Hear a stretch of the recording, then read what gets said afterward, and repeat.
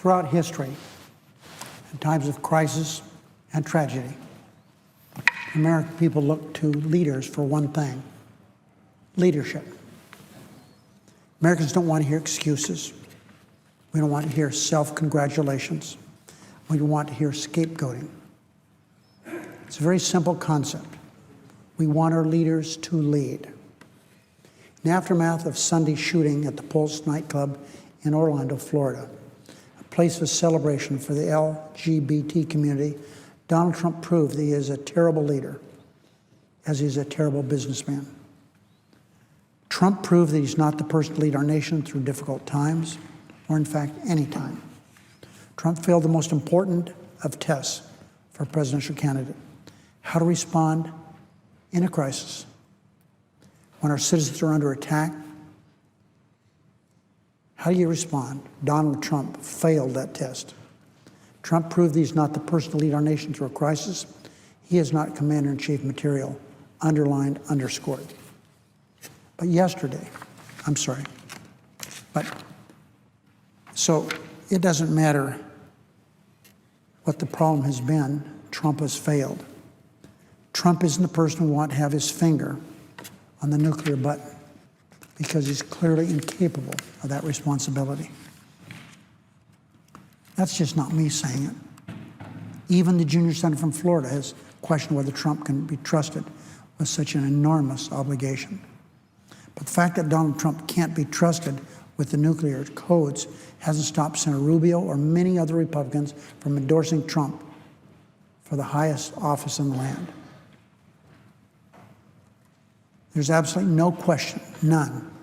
Donald Trump is not capable enough or experienced enough to this high level of responsibility. We expect more from a commander-in-chief. Here's how Trump responded to Sunday's massacre. Classic Trump. Within hours of the shooting, Trump first congratulated himself, and then began to immediately denigrate Muslim Americans. Trump then suggested our president and one of Secretary Clinton's aides may be in league with Islamic terrorists. Let me repeat that. Donald Trump suggested President Obama and one of Secretary Clinton's aides may be in league with Islamic terrorists. Is this outrageous? Of course it is. Is it outrageous for Donald Trump to suggest that the President of the United States, our commander-in-chief, would support terrorists and the murder of innocent Americans? But yesterday, one day after the mass shooting is the worst in modern American history, Trump, the standard bearer for the Republican Party, went even further. Trump delivered one of the most un-American speeches ever from a major party nominee, ever. Trump was hateful. He was vicious. He was Donald Trump. Everything that Republicans knew him to be when they made him the party's nominee. Donald Trump used his remarks to foment hatred against millions of innocent Americans based solely on what? On their religion. He denigrated Muslim Americans, all 8 million of them. Republican nominees suggest that all Muslim Americans were complicit in the Orlando shooting, saying that they, Muslim Americans, and listen to this one, this is a direct quote, know what's going on, close quote. Trump also renewed his call for a ban on all Muslims coming to the United States. Trump's speech was, as one news outlet called it, and this direct quote, a dangerous mix of ignorance and arrogance, close quote. If you're the parent of a Muslim American, how do you explain his speech to your child? If you're not a Muslim parent, how do you explain Trump's speech to your child? You can't. How do you look your son or daughter in the eye and explain that a man running for president is telling your classmates to be suspicious of you, to doubt your loyalty to this country based upon your religion? Solely on your religion, purely on your religion. You can't explain it. I can't explain it. It's not possible to explain, because this level of hate is not comprehensible. It's incomprehensible that any presidential nominee would foster and promote systematic bigotry, as Trump often does. It's reprehensible and un-American for the nominee of any major party or any party to declare millions of Americans guilty and to prove innocent, purely by virtue of their religion. These are frightening times, and I understand that. And Trump's fear and paranoia are making us feel less safe. Trump is fanning the flames of violence and menace. Already there have been reports of threats and obscenities being yelled at Muslims in Florida, in Chicago, in Seattle, all across the country, and mosques around the country have been threatened. Donald Trump's rhetoric is encouraging this scary behavior.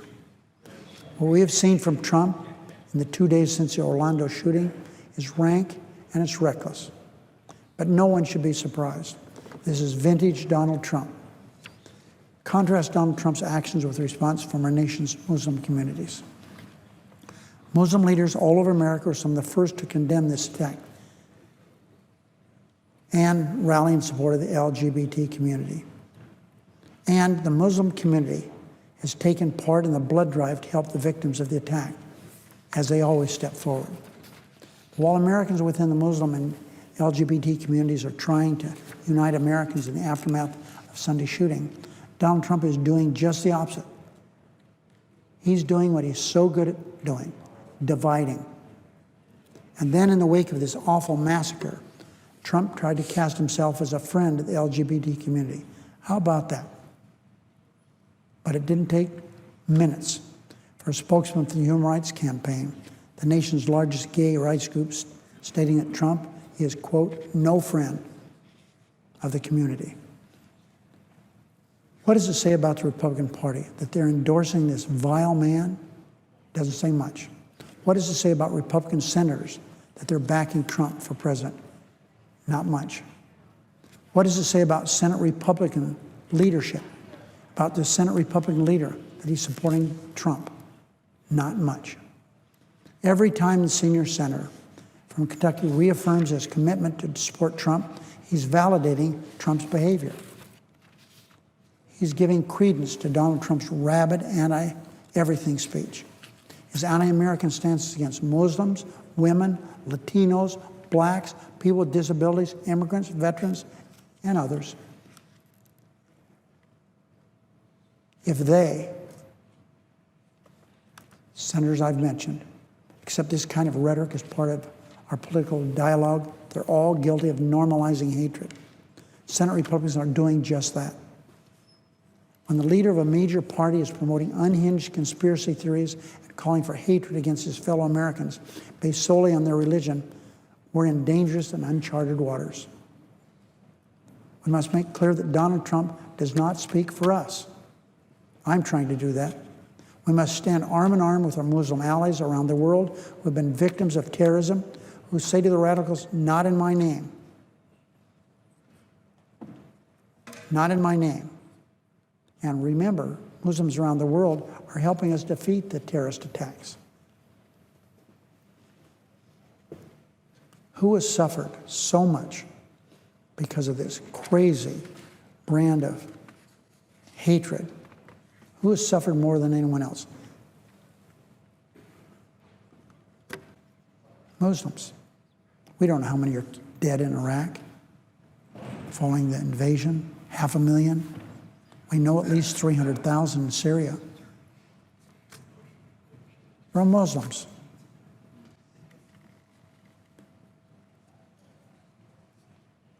We must stand arm in arm with our Muslim allies around the world who have been victims of this terrorism. Any Republican who cherishes the American values of religious freedom and tolerance should immediately do the same.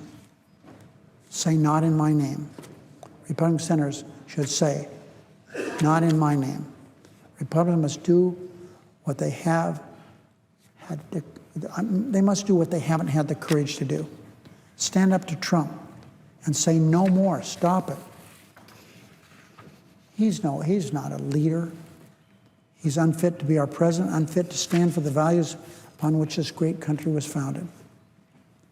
As for the Republican leader in the Senate, Senator McConnell should be in the be the first to condemn Trump's hateful rhetoric and reject his presidential candidacy.